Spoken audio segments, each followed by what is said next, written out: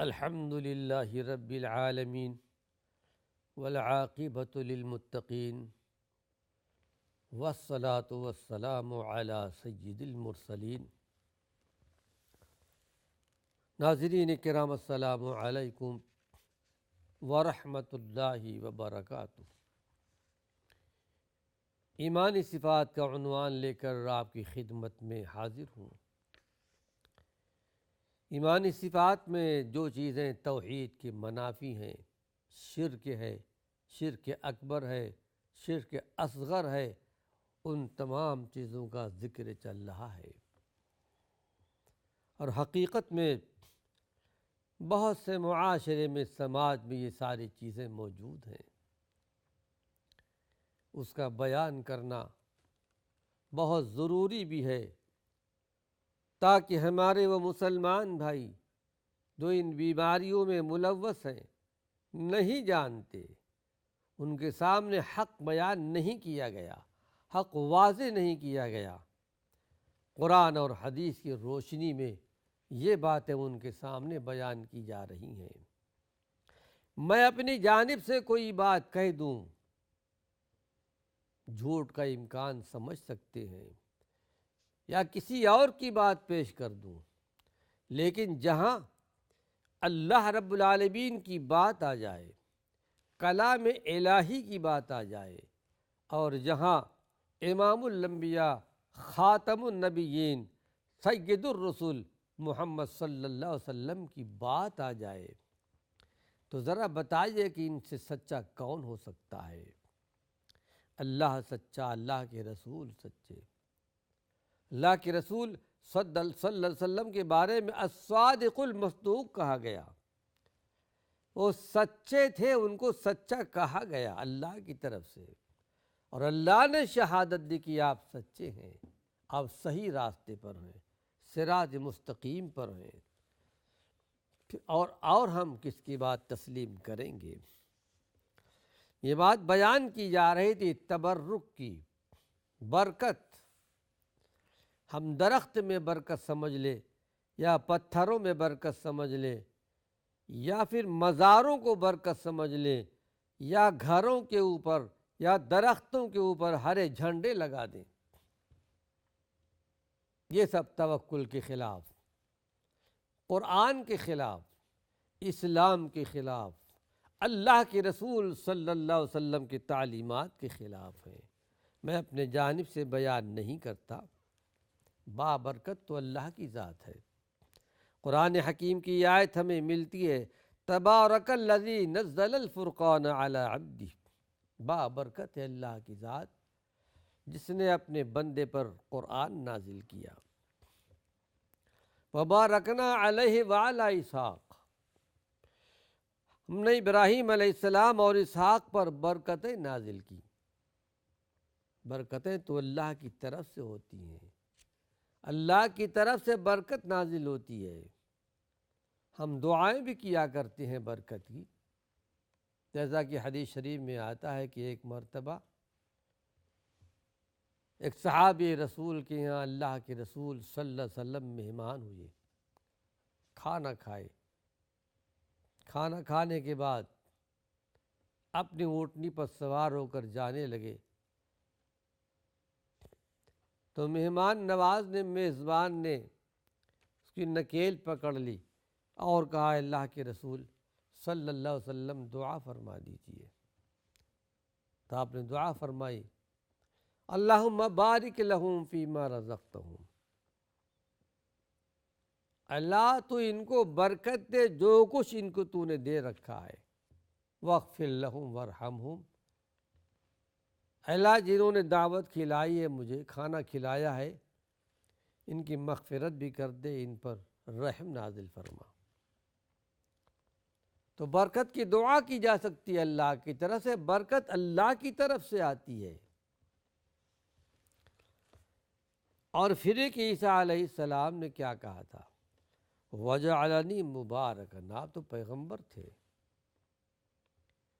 پیغمبروں کا معاملہ الگ ہے، ان کی صفت الگ ہے، اللہ نے ان کو منتخب کر لیا تھا، چن لیا تھا۔ عیسیٰ علیہ السلام ماں کے گود میں تھے اور کہا کہ اللہ نے مجھے بابرکت بنایا ہے۔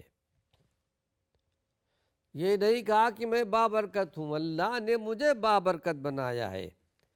تو برکت دینے والا صرف اللہ رب العالمین کی ذات ہے۔ مخلوق میں سے کسی کے لیے جائز نہیں کہ وہ یہ کہے کہ میں نے فلاں چیز میں برکت ڈال دی ہے۔ کوئی یہ نہیں کہہ سکتا میں نے اس چیز میں برکت ڈالی ہے، یا میں تمہارے کام کو بابرکت بناؤں گا، یا یہ کہ تمہارا آنا مبارک ہو۔ ہم میں سے بہت سے لوگ ملاقات پر ہاں بھائی آپ کا آنا مبارک ہو، یعنی بابرکت، بلکہ اس کے لیے دعا کرنی چاہیے بارک اللہ فیک، اللہ آپ پر برکت نازل فرمائے۔ کتاب و سنت کے دلائل سے یہ بات واضح ہوتی ہے، جن چیزوں کو اللہ نے برکت سے نوازا ہے وہ یا تو کچھ مقامات ہیں، یا کچھ اوقات ہیں، یا افراد اور شخصیات ہیں۔ یاد رکھیے اللہ کی ذات بابرکت ہے، لیکن کن چیزوں کو اللہ نے بابرکت بنایا ہے، کچھ مقامات بھی ہیں، کچھ وقت بھی ہیں، اوقات بھی ہیں، کچھ افراد اور شخصیات بھی ہیں۔ وہ تفصیل آپ کے سامنے پیش کر رہا ہوں۔ پہلی بات مقامات یا اوقات۔ ظاہر ہے کہ جب اللہ رب العالمین نے بعض جگہوں کو بابرکت بنایا، جیسے اللہ نے بیت اللہ کو بابرکت بنایا، بیت المقدس کو اللہ نے بابرکت بنایا، مسجد نبوی میں اگر آپ نماز پڑھیں گے تو 1000 نمازوں کے برابر ثواب ملے گا۔ مسجد اقصیٰ جس کو سلیمان علیہ السلام نے بھی مسجد بنائی تھی، وہاں نماز پڑھیں گے تو 50 نمازوں کا ثواب ملے گا۔ اور خود اللہ نے کہا سبحان الذی اسری بعبدہ لیلا من المسجد الحرام الی المسجد الاقصی الذی بارکنا حولہ، مسجد اقصیٰ میں اس کے ارد گرد کو ہم نے بابرکت بنایا۔ بالکل صحیح ہے، مسجد حرام کو بھی اللہ نے بابرکت بنایا، مسجد نبوی کو بھی اللہ نے بابرکت بنایا، کہ ان جگہوں میں بہت زیادہ خیر اور برکت ہے، جو ہمیشہ ان کے ساتھ وہ برکت منسلک رہے گی، مربوط۔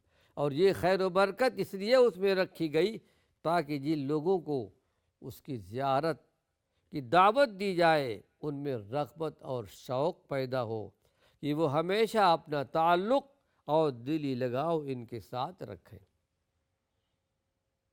آپ جائیں گے حج بیت اللہ کے لیے، عمرہ کے لیے، بیت اللہ کی زیارت کریں گے، ظاہر ہے زیارت کے بعد آئیں گے پھر آپ کا دل لگا رہے گا۔ مسجد نبوی آپ جائیں گے، زیارت کریں گے، پھر آپ کا دل لگا رہے گا میں دوبارہ مسجد نبی کی زیارت کروں۔ تو اللہ نے ان جگہوں کو بابرکت بنایا ہے، لیکن ان جگہوں کو بابرکت ہونے کا مفہوم قطعاً یہ نہیں ہے کہ وہاں کی سرزمین یا دیواروں کو چھوا جائے، کیونکہ یہ برکت ان کے ساتھ اس طرح سے لازم ہے کہ کسی دوسری چیز میں منتقل نہیں ہو سکتی۔ بیت اللہ میں اللہ نے برکت رکھی ہے، حرم میں اللہ نے برکت رکھی ہے، لیکن ہم یہ سمجھیں کہ بیت اللہ کے دیواروں میں یا بیت اللہ کے کھمبوں میں، ستونوں میں، کیونکہ دیکھا گیا ہے ستونوں کو چومتے ہیں، کھمبوں کو چومتے ہیں، وہاں کی زمین کو چومتے ہیں، مدینہ منورہ سے وہاں کی مٹی لے کر کے آتے ہیں تبرک کے طور پر۔ لیکن اللہ والو، یہ بات تو نہ اس کا حکم اللہ کے نبی صلی اللہ علیہ وسلم نے دیا، نہ صحابہ نے ایسا کیا، نہ تابعین نے۔ اسلامی تاریخ ہمیں بتاتی ہے کہ اللہ کے رسول صلی اللہ علیہ وسلم کے زمانے میں بھی خود آپ نے بہت سے لوگوں کو دوسرے ملکوں میں بھیجا۔ آپ کے انتقال فرما جانے کے بعد بھی بہت سے صحابہ، انصار و مہاجرین مختلف ملکوں میں چلے گئے۔ کسی کا انتقال بصرہ میں ہوتا ہے، کسی کا انتقال بغداد میں ہوتا ہے، کسی کا انتقال مصر میں ہوتا ہے، کسی کا انتقال شام میں ہوتا ہے۔ لیکن صحابہ میں، انصار و مہاجرین میں سے کسی نے کوئی مدینہ منورہ کی مٹی لے کر کے نہیں گیا کہ ہمارے نبی کی سرزمین ہے، یہاں رہتے تھے، یہاں کی زمین میں برکت ہے۔ اور ہمارے بہت سے بھائی جو حج عمرہ کے لیے جاتے ہیں، مدینہ منورہ سے وہاں کی مٹی لے جاتے ہیں بطور برکت کے۔ بہرحال یہ چیزیں صحیح نہیں ہیں۔ کسی جگہ کی بابرکت ہونے کا مفہوم یہ کہ لوگوں کا دلی تعلق اس کے ساتھ ہو، جیسے بیت اللہ الحرام ہے، اس کا قصد و ارادہ کرنے والا، وہاں جا کر اس کا طواف کرنے والا اور عبادت بجا لانے والا بہت ہی خیر کا مستحق ٹھہرتا ہے۔ یہاں تک کہ حجر اسود بھی ایک بابرکت پتھر ہے۔ یقیناً اللہ نے اس پتھر کو جنت سے اتارا ہے، لیکن اس کی برکت بھی عبادت ہی کی بنا پر ہے۔ یعنی جو شخص نبی صلی اللہ علیہ وسلم کی اتباع اور پیروی کرتے ہوئے بطور عبادت کے اسے چھوئے اور بوسہ لے، اور اس کی اتباع کی برکت بھی پا لے گا۔ عبادت کے طور پر اللہ اور پھر اللہ کے رسول صلی اللہ علیہ وسلم کا حکم ہے۔ بہت سے لوگ ایسے بھی ہیں جو حجر اسود کے تعلق سے یہ ایک دلیل پیش کرتے ہیں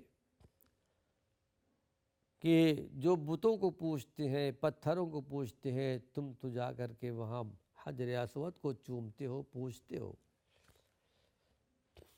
تو حقیقت میں ہم حجر اسود کو نہیں پوجتے، اس کی عبادت ہم نہیں کرتے، اس پتھر کے پیدا کرنے والے کو ہم پوجتے ہیں، اس کی عبادت کرتے ہیں، کیونکہ یہ مبارک پتھر ہے اور اللہ رب العالمین نے ہماری اسلامی تاریخ بتاتی ہے، اور اسلامی تاریخ جو ہے وہ تاریخ ہم کو نبیوں کے ذریعے سے آئی ہے، سینہ بسینہ نبیوں کے ذریعے سے آتے ہوئے، ابراہیم علیہ السلام کے توسط سے آتے ہوئے اللہ کے رسول صلی اللہ علیہ وسلم تک یہ بات پہنچی، اور آپ نے ارشاد فرمایا کہ یہ جنت کا پتھر ہے، اور جب جنت کا پتھر ہے تو یقیناً متبرک ہے، بابرکت ہے، اس کو چومنے کا حکم دیا گیا ہے۔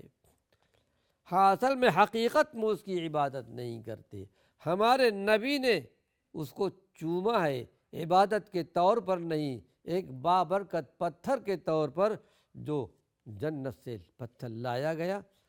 اس سلسلے میں آئیے ایک موقوف حدیث بھی آپ کے سامنے پیش کر دوں۔ موقوف کہتے ہیں اس کو جو صحابی روایت کرے، صحابی بیان کریں، صحابی کی بات۔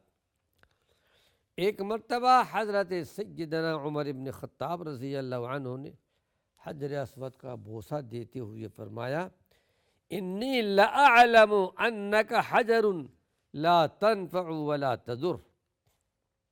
یہ روایت بخاری شریف کی ہے، یہ روایت سنن ابو داود کے اندر بھی ہے۔ یعنی عمر ابن خطاب کہتے ہیں کہ اے حجر اسود، میں جانتا ہوں کہ تو ایک پتھر ہے، نہ نفع دے سکتا ہے نہ نقصان دے سکتا ہے، کیونکہ ہمارے نبی محمد صلی اللہ علیہ وسلم اس پتھر کو بوسہ دیا کرتے تھے، اس لیے ہم بوسہ دیتے ہیں۔ اور پھر کی ایک خلاف یہ بات بھی بولی جاتی ہے، کہا جاتا ہے کہ کیونکہ بیت اللہ ایک پتھر ہی تو ہے، پتھر سے بنا ہوا ہے، حقیقت میں وہ پتھر سے بنا ہوا ہے، لیکن اللہ نے اس کو اپنا گھر قرار دیا ہے، کوئی اسلام کو مانتا ہو تو یقیناً ماننا پڑے گا اللہ نے اس گھر کو اپنا گھر قرار دیا ہے اور حکم دیا ہے کہ ہمارے اس گھر کا طواف کرو۔ وہ طواف کرنا بھی اللہ کے لیے، چکر لگانا بھی اللہ کی عبادت، اور بیت اللہ شریف کی طرف نماز پڑھنا، دعائیں کرنا، یہ بھی ایک عبادت ہے۔ مطلب یہ ہے کہ ان میں عبادت بجا لانا، بھلائی کا قصد کرنا اس قدر زیادتی اجر و ثواب کا باعث ہے، اس کے علاوہ دوسرے ایام میں نہیں ہے۔ بہت سے اوقات ایسے ہیں اس میں اجر و ثواب زیادہ ہے۔ رمضان کا مہینہ ہے، رمضان میں شب قدر ہے، اسی طرح 10 ایام ذی الحجہ کے 10 ایام ہیں، اللہ نے ان کو درجہ مقام دیا ہے۔ پھر اللہ رب العالمین نے انبیاء علیہم السلام کی ذات میں برکت رکھی ہے۔ ان کے اجسام بابرکت تھے، ان کا کوئی امتی اگر ان کے اجسام کو ہاتھ لگا کر اس کا پسینہ حاصل کر کے یا ان کے بالوں سے برکت حاصل کرنا چاہتا ہو تو یہ اس کے لیے جائز ہے حدیث کی روشنی میں، کیونکہ اللہ رب العالمین نے ان کے جسموں میں برکت رکھی تھی۔ اسی طرح سیدنا محمد صلی اللہ علیہ وسلم کا جسم اطہر بھی بے حد مبارک تھا۔ پھر حدیث شریف میں آتا ہے، بڑی وضاحت کے ساتھ یہ باتیں آپ کے سامنے پیش کر رہا ہوں کہ صحابہ آپ کے پسینے، آپ کے بالوں اور دیگر اشیاء سے برکت حاصل کیا کرتے تھے۔ انبیاء اور رسول کی ذات بابرکت ہوا کرتی تھی، اس برکت اور فضل و خیر کا ان کے جسموں سے دوسروں تک منتقل ہونا ممکن تھا، اور یہ صرف انبیاء علیہم السلام کا خاصہ ہے، کسی اور کے لیے نہیں۔ رہے انبیاء علیہم السلام کے علاوہ دوسرے لوگ، تو انبیاء کی امتوں میں سے کسی کے بارے میں کوئی دلیل نہیں کہ اس کی ذات میں برکت ہو، یہاں تک کہ اللہ کے رسول صلی اللہ علیہ وسلم کے بعد شخصیات میں ابو بکر صدیق سے بھی تبرک لینے کی کوئی دلیل نہیں ہے۔ یقیناً اللہ نے بہت بڑا درجہ، بہت بڑا مقام دیا خلفائے راشدین کو، صدیق اکبر کو، عمر ابن خطاب کو، عثمان غنی کو رضی اللہ عنہ کو، اور پھر عشرہ مبشرہ کو، لیکن یہ ہے کہ تبرک لینے کی کوئی دلیل نہیں۔ یہی وجہ ہے کہ صحابہ رضی اللہ عنہم اجمعین، تابعین، وہ لوگ جو عہد نبوی میں اسلام قبول کر چکے تھے لیکن اللہ کے نبی صلی اللہ علیہ وسلم سے ملاقات نہیں ہوئی تھی، تابعین ابو بکر اور عثمان و علی سے اس طرح کے تبرک نہیں لیا کرتے تھے۔ تابعین کی جماعت جنہوں نے صحابہ کو دیکھا وہ تبرک ان سے نہیں لیا کرتے تھے، جس طرح کہ اللہ کے نبی صلی اللہ علیہ وسلم کے بالوں یا وضو کے پانی سے تبرک لیتے تھے۔ ان بزرگ شخصیات کی برکت تو محض ان کے اعمال کی برکت ہوتی تھی، نہ کہ ذات کی۔ اللہ کے نبی صلی اللہ علیہ وسلم کی ذاتی برکت کی طرح ان کی برکت بھی دوسروں تک منتقل ہو سکے ایسا نہیں ہے۔ اللہ کے رسول صلی اللہ علیہ وسلم کی ذات بابرکت تھی، اس لیے ہم کہہ سکتے ہیں ہر مسلمان میں برکت ہے، اور یہ برکت اس کی ذات میں نہیں بلکہ اس کے عمل میں ہے، ایمان و یقین میں ہے، تقوی طہارت میں ہے، اور دل میں اللہ کی عظمت و جلالت اور اللہ کے رسول صلی اللہ علیہ وسلم کی اتباع میں برکت ہے، علم و عمل میں برکت ہے، نیکی کی برکت دوسروں تک منتقل نہیں ہو سکتی۔ ناظرین کرام، وقت ختم ہو چکا ہے، وآخر دعوانا ان الحمد للہ رب العالمین۔